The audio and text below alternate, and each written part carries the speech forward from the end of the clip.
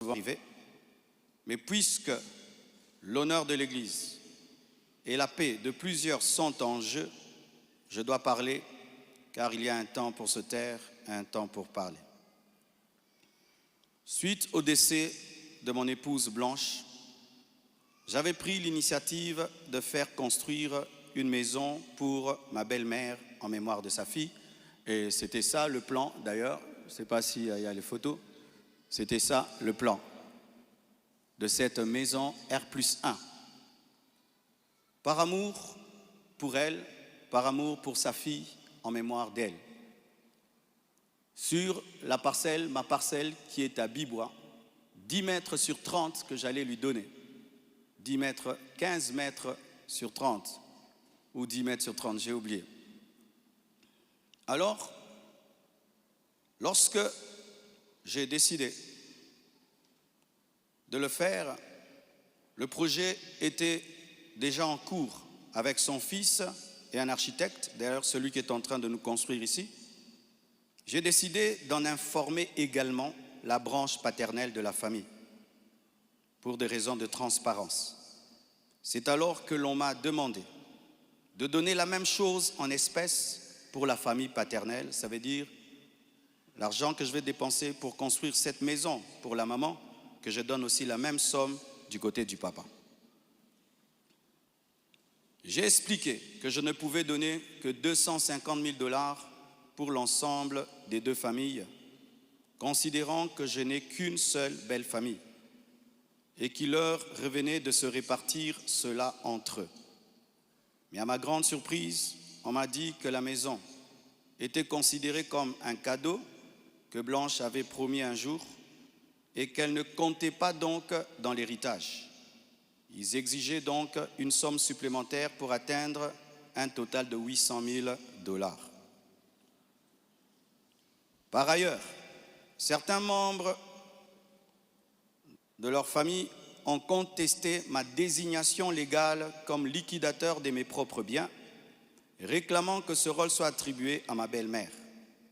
Ce que j'ai catégoriquement refusé, car cela ne respecte ni le droit ni l'équilibre. Comment je peux être vivant et c'est quelqu'un d'autre qui va liquider mes biens? Ils m'ont également reproché d'avoir exprimé pendant le deuil ma volonté de ne plus me remarier, une déclaration faite sous le choc et la douleur, car lorsqu'on pleure, on dit des choses, en prétendant que j'avais menti parce que j'ai finalement choisi de reconstruire ma vie.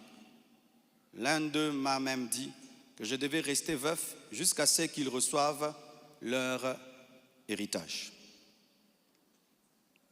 2 réunions ont eu lieu entre moi et une partie de ma belle famille.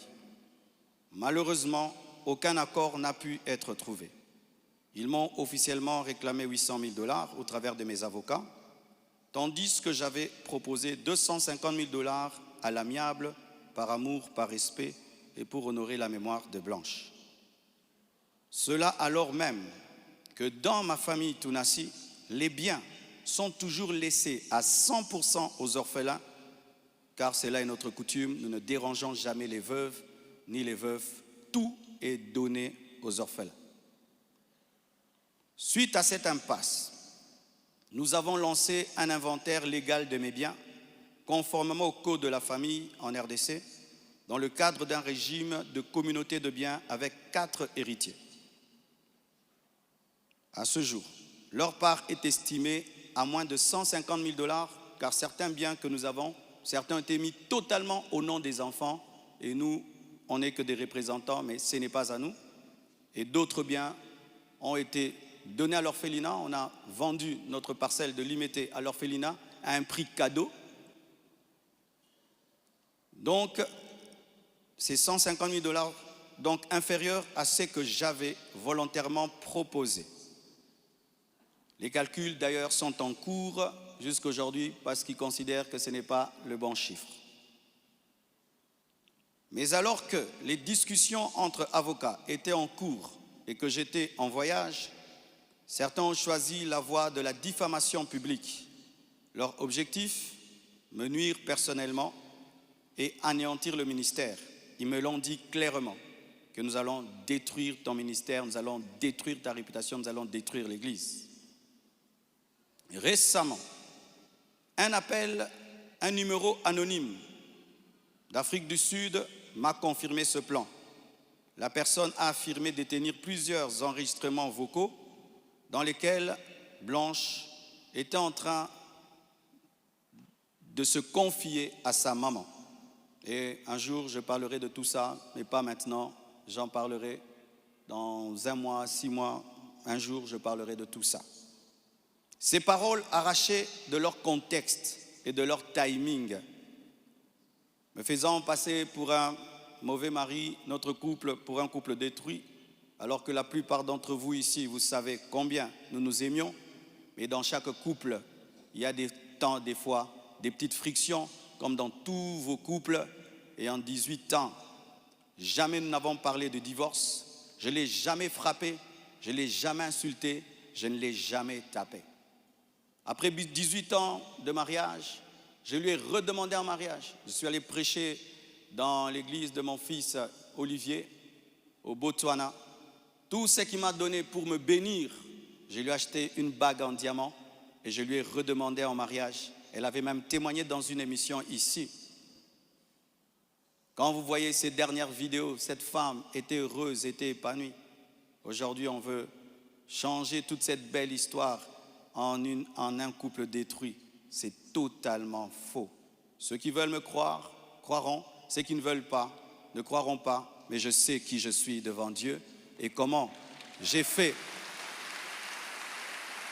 de tout mon mieux pour que cette femme ne manque de rien et de rien et de rien. Je ne sais pas si un jour Oracle pourra m'appeler et je l'enregistrerai pour un jour sortir ces enregistrements. Des fois, je me pense être dans un film.